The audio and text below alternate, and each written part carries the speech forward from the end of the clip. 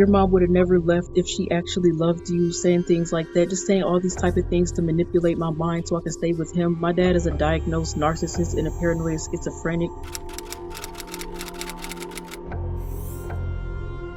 Kind of started when I was in 5th grade. My mom and my dad started arguing. Eventually my mom left them. It was when I was 10, almost 11 years old. My mom picked up my sister and I from school. We left, we grabbed our belongings or whatever. My mom brought us home with a friend, with one of her friends temporarily until she could find somewhere to stay. And then eventually my mom took me and my sister back to the same school, and my dad picked me up. We were there with him for a while. He was I was in elementary school back then. He wanted to put a product in my hair. I didn't want that in my hair, so I ran away and he chased me. I ran into a wall and I had to get stitches. He never apologized for doing that. I was 10 years old and I had to go on a trip with stitches. Fast forward to when I was 12, he took me to the school. The people there were horrible. I was facing and all of that when I was 14 years old. The way he dealt with it was very horrid. I was feeling when I was 14 years old because I was getting bullied so badly by an individual.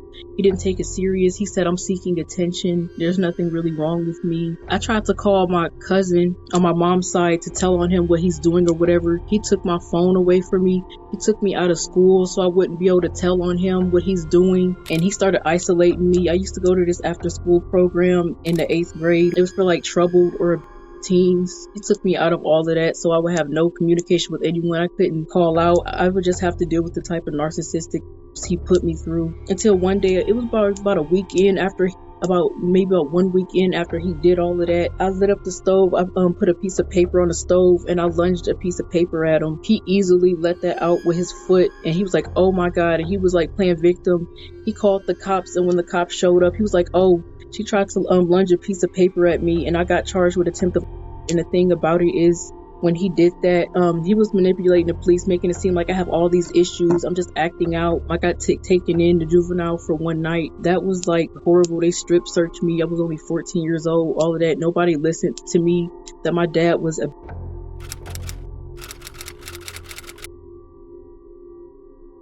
When I got out, my dad gave me all my resources back. He took me back into school. That was basically him showing me punishment for trying to stick up for myself or like try to tell on him. I was back in the same school where they were like really just bad people. He asked me, what's all in your bag? He was like, oh, take that pencil box out. I was like, why?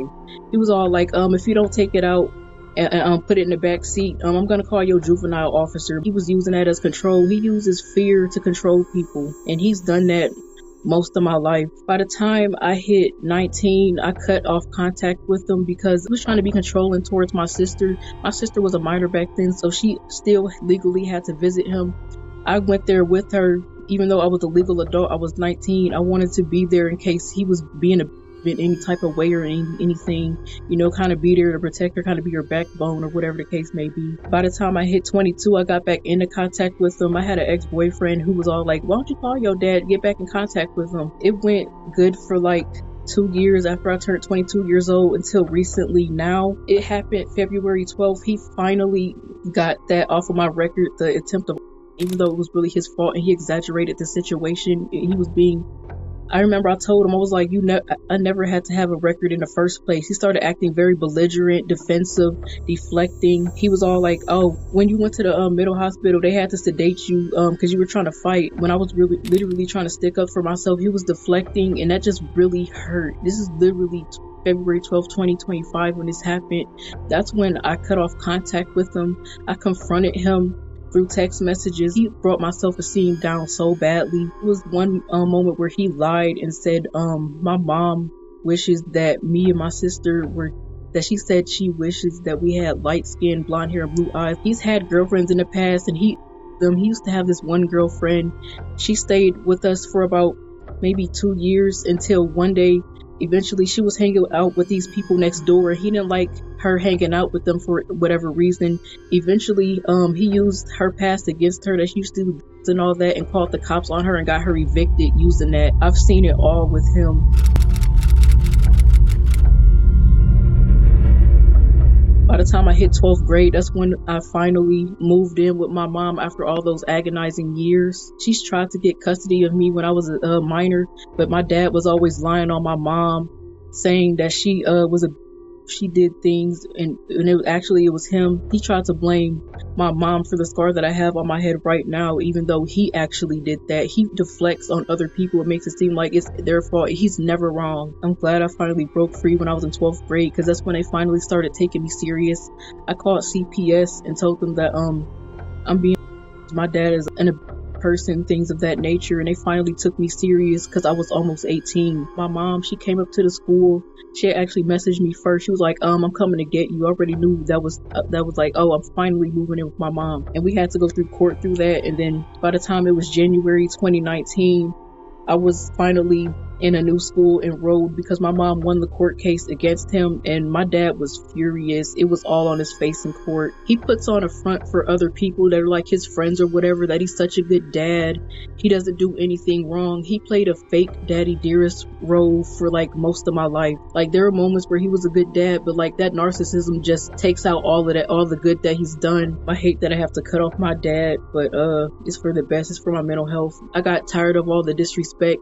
What he did in the courtroom February 12th was just the last straw for me. I had to call him out, confronted him, and I posted it on social media. It was moments where he would make me feel like trash, and he would also start arguments with me out of nowhere. If I say the wrong thing, he'll just yell at me, lash out, just say all type of things, just insults, treat me like I'm less than a human being. He would treat me like I'm a second-class citizen at times. It was times when I was younger. I wanted to wear something to school. Since it was a uniform school, I wore it up under my clothes. I used to go to after-school program. He decided that he didn't like that one day, and he started a whole argument over it. He called the cops on me to send me to a mental hospital, saying I was in the second grade. I think I was about 8 in the second grade.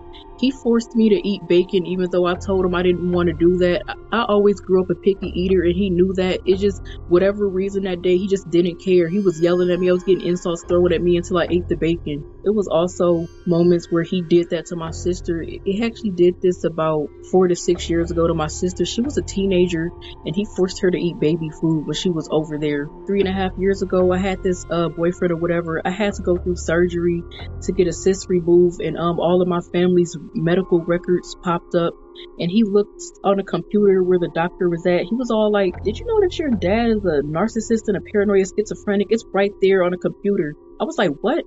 He was like, yeah, you gotta move lightly, you gotta move smart to like get out, because like any wrong move, you could get a record, you could be a victim, you could it could mess up job opportunities in life. And that's what happened to me last year when I tried to apply for a job, and that appeared on my record. I thought the record was removed, but apparently it was still public, so I wasn't able to get the job. It was a job through the airport, and that really just devastated me. It felt like I was that kid again. But my dad could not face up to like what he did, and what he did was wrong when I was younger. When I tried to tell him in the courthouse this never had to happen in the first place, when he was acting all belligerent and was deflecting, I just couldn't deal with it anymore. I just had to call him out.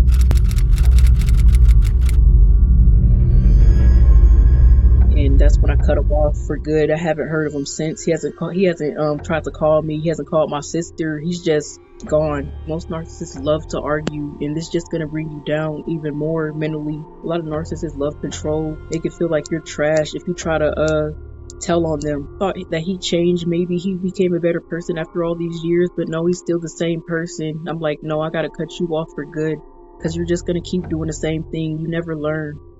Maybe you got to go through something serious in your life for you to wake up and show that you see what you did was wrong. But I just can't have him in my life anymore. That parent. That was one thing he never showed me when I was a kid. Like, my opinions never mattered. My feelings didn't matter. That's one thing. When I ever have children in my life, whenever I have children, that they do matter. Their opinions and feelings do matter. They are valued. They're loved. I feel like sharing my story, other people aren't alone, and I feel like I'm encouraging other people to stand up for themselves, call CPS, and get out of there before I did. Because if I would have maybe done something different when I was younger, maybe I would have been in my mom's care and not my dad's. The moment when my dad lied and said my mom didn't love me when I was 10, almost 11 years old, When the courts asked both me and my sister which parent did we want to live with, my sister said my mom. I said my dad because my dad was infiltrating my mind, saying my mom didn't love me. If she would have stayed, if she loved me, whichever parent is not toxic, go with that parent. Even if the parent who is toxic is trying to infiltrate your mind about the other parent, trust your gut. Which parents treat you better? I want to tell people that it's never their fault why the parents treat you that way. It's something in their mind. It's never your fault. It's theirs. You're a kid. Like, what are you supposed to do? When a parent brings you into this world, they're supposed to treat their child the way they want to be treated. They're supposed to treat their child with dignity, respect, to stick up for themselves, not tear them down, not say things about them that hurt them, not say things that make them feel less than, make them feel inadequate, taking things away from them for their whatever weird control they have in their minds.